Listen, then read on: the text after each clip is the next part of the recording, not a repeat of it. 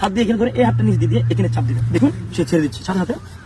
বন্ধু আর করবি, করবে না সে। ভিউয়ার্স, একটা টেকনিক আমি দেখাচ্ছি।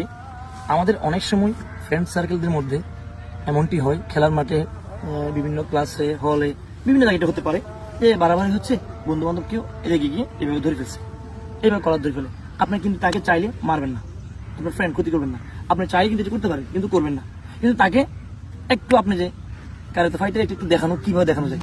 আবার আপনি যদি একটা জোরে তাকে একটা এখানে একটা চাপ দিনে করা যায়, আমি এটা করতে পারি, কিন্তু এখানে আমার জামা ছিঁড়ে যাবে, বোতাম খুলে যাবে, অনেক সমস্যা হতে পারে। আমি আমার জামাও সিপ রাখবো, তাহলে এটা কি করবো আমি দেখুন।